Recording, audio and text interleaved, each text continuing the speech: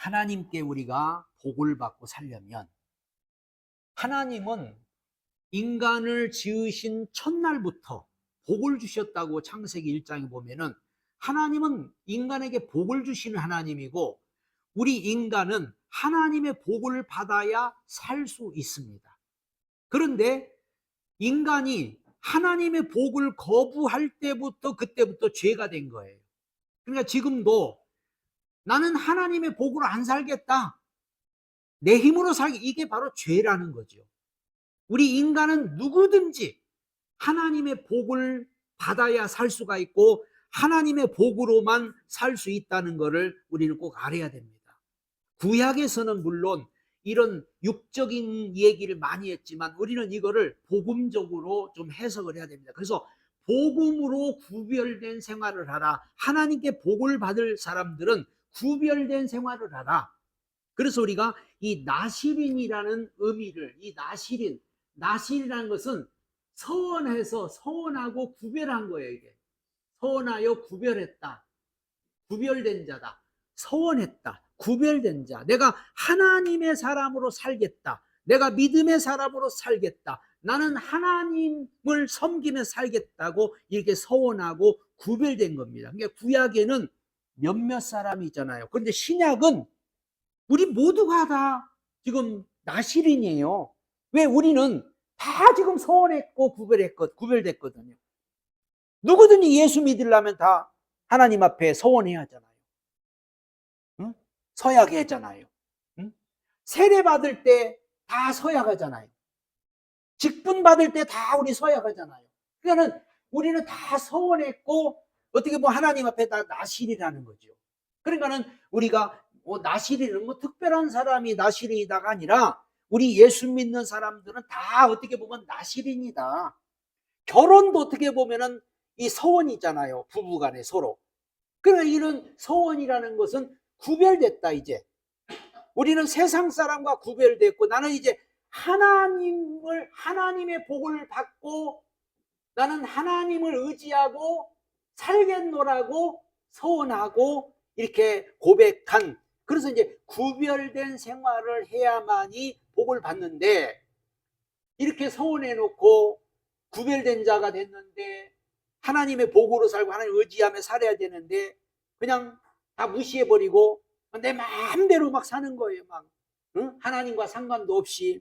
응? 예를 들어서 결혼도 서약이잖아요. 둘이 서약을 했는데 그냥 서약만 하고 그냥 마음대로 막 살아버리는 것처럼 이렇게 우리가 하나님 앞에 우리는 이 나실이라는 의미를 우리가 알아야 됩니다. 그러니까 구약적으로만 자꾸 생각하면은 나실은 삼손이나 사무엘이나 이런 사람들만 특별히 나실이라고 생각할 수가 있어요. 그런데 오늘날 신약에 우리 모두가 다 나실이라는 거. 믿는 사람은, 교회 다니는 사람은 다 어떻게 보면 나실인이에요. 그리고 구별된 사람이에요. 그래서 성도라고 하잖아요. 성도.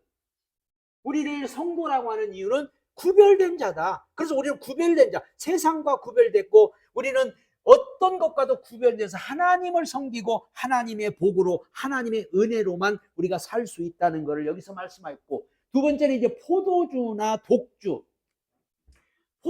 독주를 멀리하라고 이렇게 말씀했죠. 그런데 물론이죠, 또 술을 얘기하는 것도 맞지만은 술보다, 그러니까 구약에는 술을 말해, 술. 지금도 이제 술을 먹으면 안 되지만은 술보다는 우리는 세상 것으로 즐거움을 삼는 것을 말합니다.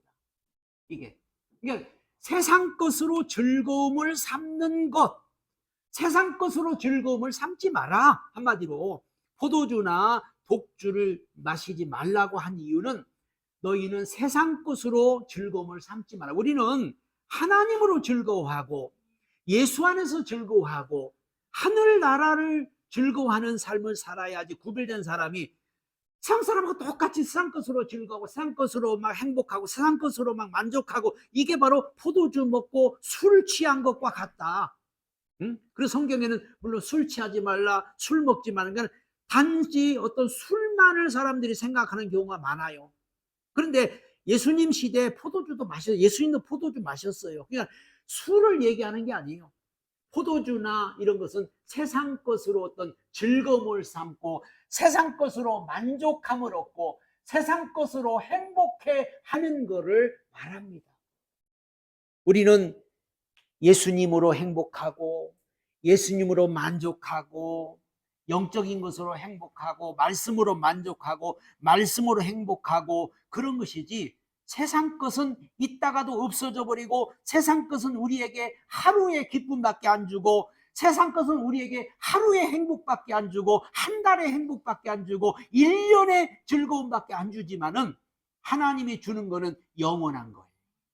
그러니까 하루의 그 행복을 위해서 하루의 그 즐거움을 위해서 우리는 그냥 세상 것에 빠져버리면 안 된다는 것을 여기서 말씀하고 있고, 그 다음에 삭도를 머리에 대지 말라고 그렇게 분명히 말씀합니다. 머리는 하나님의 주권을 말합니다. 하나님의 주권. 그러니까 하나님이 머리다. 이 머리라는 것은 하나님의 주권을 말해요. 그러니까 사람의 머리는 하나님이 주권이에요. 하나님 주권. 그래서 성경에도 여자는 남자의 머리고 남자는 머리는 그리스도고 그리스도의 머리는 하나님이라고 그렇게 말씀해요. 그러니까 한마디로 삭도를 머리에 대지 말라는 것은 하나님의 주권을 침해하지 마라. 하나님의 주권을 무시하지 마라. 멸시하지 말라. 응? 머리에 삭도를 댄다는 것은 한마디로 하나님의 주권을, 하나님을 무시하고 하나님을 범하는 결과를 가져오기 때문에 삭도의 머리를 대지 마라. 그래서 구약에는 실제로 삼손이라는 사람이 머리에 삭도를 대지 말라고 그랬어요. 그러니까 머리가 이제 기를 때 삼손이 얼마나 하나님의 능력을 받아가지고 하나님의 힘을 받아가지고 막 블레셋을 물리치고 있는데 머리를 깎아버리니까는 능력이 다 빠져버린 거예요. 이게 하나님의 주권을 침해하고 하나님의 주권을 대적했다는 거죠. 그러니까 결국은 아무 힘도 없어져 버린 것을 우리가 알 수가 있고, 네 번째는 시체를 가까이 하지 말라고 했어요. 시체. 여기 보면은 부모 형제나 모든 것의 그 시체를 말하는데, 물론 그 시체를 여기서 말하는 것은 이것은 썩어질 것에, 한마디로 이 썩어질 것에 인생을 낭비하지 마라. 세상의 모든 것은 다 썩어 없어질 것이란 말인가. 시체는 죽어버린 거잖아요. 죽은 거잖아요. 죽었는데 그것 때문에 막 울고 그것 때문에 모든 것이 막 다 인생이 끝난 것 같고 죽어버리는데 그것에 우리의 모든 걸 뺏기지만 한마디로 썩어질 것, 다 없어질 것에 인생을 낭비하지 말아라. 이건 다 지나가는 거고 없어지는 건데, 시체 붙들고 운다고 살아나지도 않고 시체를 붙들고 아무리 애원해도 살아나지 않는 그 시체를 가까이 하지 말라는 것은 썩어질 것, 세상에 썩어질 것들은 정말 우리에게 돌아오지 않는 건데 그 썩어질 것을 위해서 막 인생을 허비하고 썩어질 것을 위해 어떤 사람 막 썩어질 것에 목숨까지 바치는 사람도 있잖아요. 응? 참 어리석은 사람이에요. 이상 없어질 것들은 다 지나가는 거고 사라지는 거고 그 어떤 것도 이것은 우리에게 유익을 주지 못하기 때문에 복음으로 구별된 생활을 하라는 것은 바로 이렇게 우리가 이런 세상과 구별되고 하나님의 사람들은 뭔가 구별된 삶을 살라고 하나님 우리 보고 너희는 성도다. 이제는 성령이 너희에게 함께 계시고 우리 몸에 하나님의 성령이 오셔서 성령이 여러분의 전을 삼고 오셔서 우리와 함께 계시기 때문에 우리는 그래서 이걸 복음적으로 생각해야지, 그냥 단지 뭐 술 안 먹고 뭐 삭도 안 되고 시체 가까이 안 하고 이런 걸로만 우리가 생각하면 안 되고, 이걸 복음적으로 생각해서 정말 영적으로 생각해서 하나님이 오늘 우리에게 이렇게 말씀하고 있다는 사실을 여러분 믿으셔야 됩니다. 그래서 우리는 구별된 생활을 하라. 하나님은 복을 주시는데 구별된 자에게 반드시 복을 줍니다. 그런데 이 서원을 했다가도 서원을 지키지 못할 때, 그러니까 이런 서원들을 어기고 지키지 못할 때는 성경에 뭐라고 하냐면 처음부터 다시 시작하라고 했어요. 이거는 회개하라는 뜻이죠. 처음부터 다시 시작하라. 응? 그러니까 하나님은 우리에게 날마다 기회를 주는 거예요. 지나간 건 다 무효가 된다고 했어요. 지나간 건 다 무효다. 그러니까 다시 시작하라. 회개를 하는 것은 우리가 다시 시작하는 거예요. 그러니까 하나님이 우리에게 이렇게 기회를 주신다는 건 얼마나 축복인지 몰라요.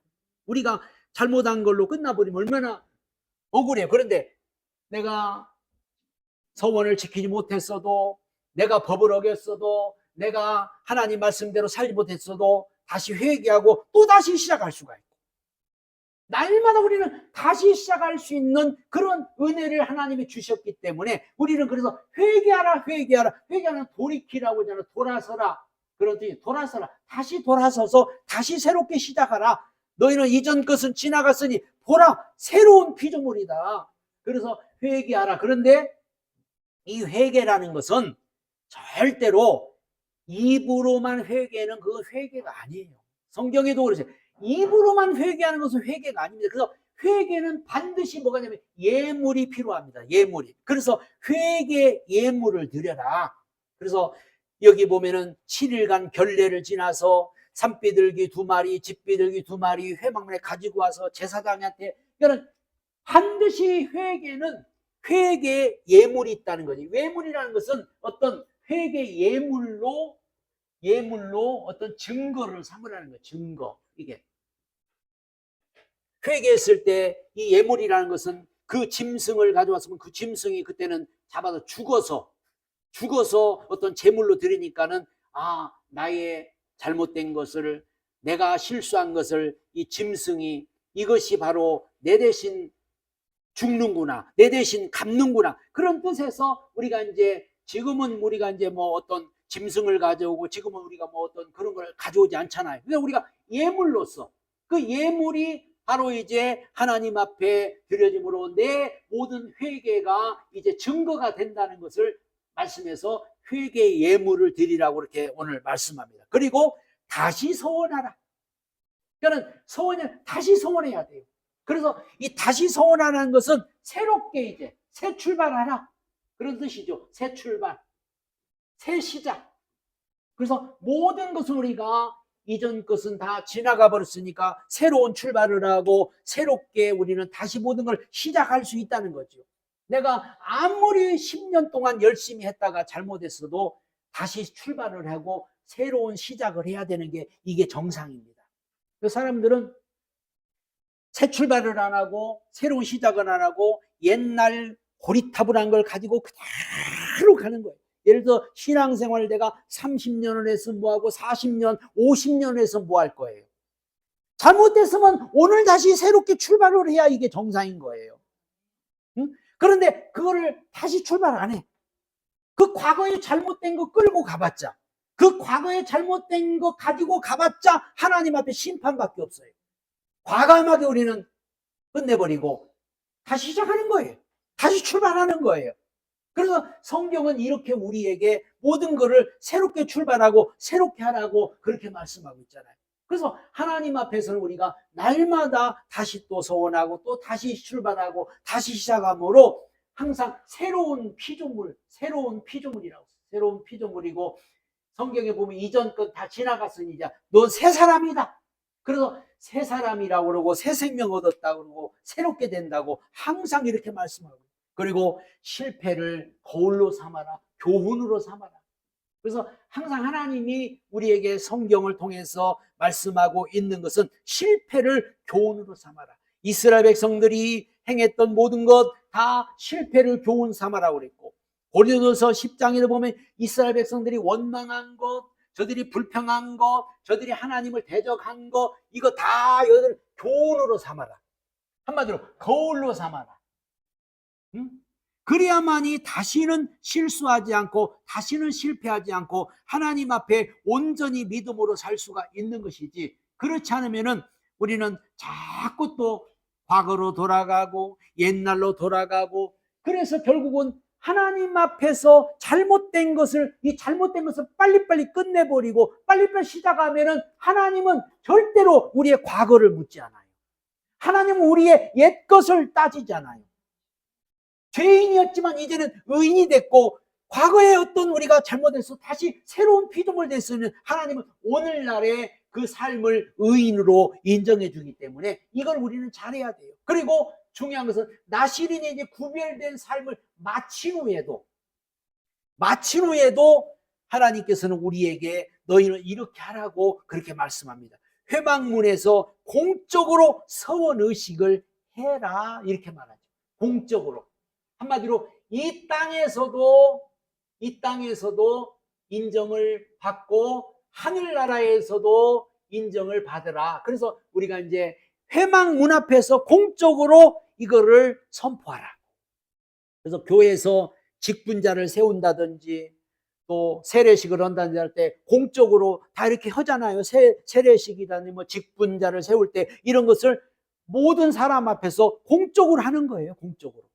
그래서 이 모든 것을 다 이제 이렇게 인정을 하는 거죠. 그러니까 한마디로 우리는 하나님 앞에서 서원했고 사람 앞에서 서원했고 교회 앞에서 서원했고 다 서원한 거예요. 그게 결혼식이라는 것이 그래서 여러 사람을 모아놓고 그 서원을 하는 거잖아요. 그러니까 우리도 하나님 앞에서 다 이렇게 서원하는, 그래서 공적으로 서원 의식을 해라. 그리고 제사장에게 4가지 제사를 드리라고 그렇게 오늘 말씀합니다. 번제도 드리고 속죄도 드리고 속건제도 드리고 화목제도 드리고 하여튼 이런 성경의 레위기에 나오는 모든 제사를 다 드리라고 이렇게 말했어요. 모든 제사. 그러니까 한마디로 이 구별된 삶을 마친 사람은 최고의 예물을 드리라고 그렇게 말하죠.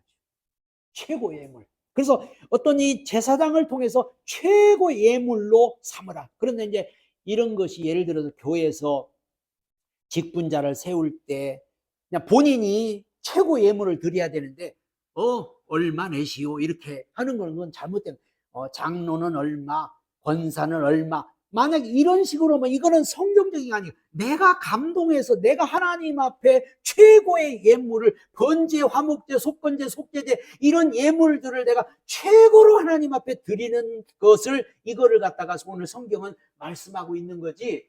그냥 이걸 갖다가 막 돈을 갖다 정해놨어. 얼마 뭐 장로 되는데 얼마, 권사 되는데 얼마. 이거는 성경적이 아닌 거예요. 하나님은 우리 스스로가 하나님 앞에 헌신된 마음을 가지고 최고로 하나님께 예물로 증거를 삼으라고 그랬지. 그걸 성경에 정해놓은 게 아닌데. 그래서 큰 교회들은 보면은 그냥 뭐 직분 받을 때 막 얼마나 돈을 막 정해놓고 이렇게 하잖아요. 그건 잘못된 거죠. 그리고 머리털을 밀고 이제는 머리털을 밀어서 화목제물 밑에 있는 불에 넣어라. 분명히 아까는 삭도를 내지 말라고 했는데 이번에는 머리털을 밀어서 이제 이 화목제물 밑에 불에 넣으라고 했어요. 한마디로 이걸 이제 완전히 맡겨버리는 거예요. 완전히 이제 맡기는 거죠. 그러니까 우리가 직분이라는 것도 어떤 하나님 앞에 이제 다 이제 하나님 겁니다. 나는 하늘나라 겁니다. 나는 주님의 것입니다. 하고서 모든 것을 다 맡겨버리는 거예요. 한마디로 이제 머리털도 밀어가지고 머리털을 밀어서 그 화목제물에 불에 넣어버렸다는 거 다 타버린 거예요. 그래서 우리는 이미 하나님 거가 돼버린 거예요. 이제부터 하나님 거가 되었고 하나님의 소유가 됐다는 거를 여기서 말씀해요. 그리고 포도주도 이제는 하나님에서 마셔라. 포도주 먹지 말라고 했는데 이제는 포도주를 하나님으로 즐거워하라. 이제 하나님으로 즐거워하라. 하나님이 주시는 기쁨, 하나님이 주시는 즐거움, 하나님이 주시는 행복을 이제 누리라는 거죠. 이제는 하나님은 우리에게 기쁨을 주시고 또 행복도 주시고 나시린답게 살아갈 때 하나님 우리에게 큰 은혜를 주어서 세상 사람이 느낄 수 없는, 세상 사람이 가질 수 없는 그런 행복과 그런 기쁨과 그런 은혜가 우리에게 있다고 말이죠. 세상 사람들은 몰라요. 세상 사람들은 그냥 먹고 마시고 즐기고 그걸로 하지만 우리는 그런 거 없어도 하나님이 주시는 은혜로 즐거워하고 술 안 먹어도 우리는 늘 술 취해가지고 성령 취해가지고 성령으로 그냥 행복하고 즐거워 이런 게 있다고 말이죠. 하나님이 주시는 것으로 이제는 기쁨으로 삼고 하나님이 주신 것으로 행복함을 살라. 이게 바로 나시린의 삶이라고 말이죠. 이렇게 구별된 하나님의 백성에게, 이렇게 구별된 성도에게 하나님은 복을 주라고 오늘 제사장에게 하나님이 그게 말씀하잖아요. 아론과 모세에게 이런 구별된 백성에게 너는 복을 선포하라. 내가 복을 주겠다. 이렇게 말씀했어요. 그래서 우리는 모든 복의 근원은 여호와 하나님이 복의 근원이라는 것을 우리는 분명히 알 수가 있습니다. 복의 근원이 하나님입니다. 그 세상의 그 어떤 것도 복의 근원이 될 수가 없어요. 끝절에도 이렇게 주의 종이 복을 빌면은 27절에 그들은 이같이 내 이름으로 이스라엘을 축복할지 내가 그들에게 복을, 하나님이 분명히 복을 준다고 여기 말씀했고, 하나님께서 복을 주라고 했고, 그러면 하나님께서 왜 복을 주라고 이렇게 말씀하냐면, 이렇게 구별된 삶을 살아가는 성도에게 하나님은 복을 주고 싶어 하는 거예요. 하나님은요, 우리에게 날마다 복을 주고 싶어 해요. 성경에도 하나님은 막 복을 주고 싶어 해.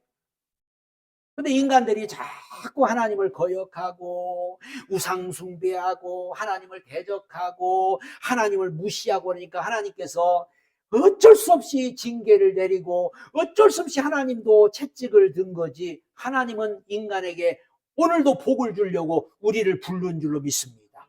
주일날 우리가 왜 왔어요? 하나님께 복 받으러 온 거예요. 하나님 복 주겠다고 오늘 모이라고 했어요. 그래서 주일날 우리가 예배 드린 것은 오늘도 우리가 하나님의 복을 받고 살아야 된다, 그런 마음에서 오늘 여러분이 이 자리에 온 줄로 믿습니다. 세상 사람들이 생각하는 복은 자꾸 돈만을 복으로 생각하니까 이게 문제라는 거예요. 돈이 복이 아니에요. 복하면은 하나님 오늘도 돈을 좀 줄라나 오늘도 돈보따리를 좀 줄라나, 이렇게 사람들은 복 받으라고 하면은 뭔가 돈보따리가 하나 떨어지나 돈만 생각하는 거예요. 돈보다 더 귀한 게 있어요. 하나님이 주시는 복은요, 돈보다도 더 귀해요. 그 복은 여러분 심령에 주는 줄 믿습니다. 마음에 주는 거예요.